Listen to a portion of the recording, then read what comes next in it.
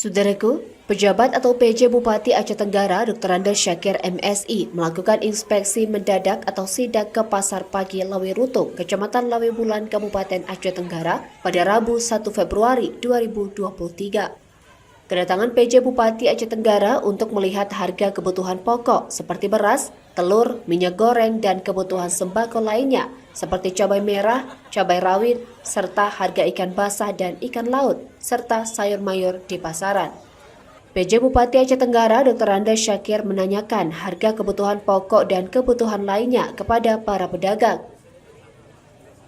Dalam sidak itu, PJ Bupati Aceh Tenggara Dr. Andes Syakir MSI didampingi Kadis Dakperinaker Aceh Tenggara Rahmat Fadli SST PMSI, Kabag Ekonomi Sedakap Rosdiana, Kepala BPS Aceh Tenggara, Dandim Aceh Tenggara, Letkol Muhammad Sujoko, Kapolres Aceh Tenggara AKBP Raden Doni Sumarsono SIKMH, Kadis Kominfo Zulfahmi, PJ Ketua PKK Kabupaten Aceh Tenggara Nyonya Aulia Syakir, dan pejabat lainnya.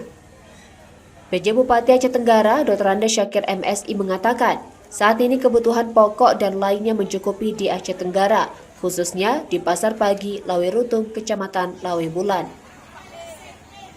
Bukan hanya stok yang mencukupi, juga harga barang masih stabil, seperti beras isi 15 kg satu sak Rp180.000, telur ayam Rp48.000 per papan, minyak goreng curah Rp15.000 per kilogram, cabai merah dan cabai rawit Rp40.000 per kilogram, ikan nila Rp32.000 per kilogram, ikan laut mencapai Rp40.000 per kilogram. Menurut PJ Bupati Aceh Tenggara Dr. Andes Syakir MSI, kegiatan sidak ini untuk mencegah terjadinya inflasi di Kabupaten Aceh Tenggara, baik menjelang puasa Ramadan maupun Lebaran Idul Fitri. Dalam kunjungan itu, PJ Bupati Aceh Tenggara Dr. Andes Syakir MSI terlihat akrab menyapa para pedagang dan masyarakat. Dalam kunjungan PJ Bupati Aceh Tenggara, masyarakat dan pedagang meminta kepada PJ Bupati sering turun melihat pedagang dan membenahi pasar pagi.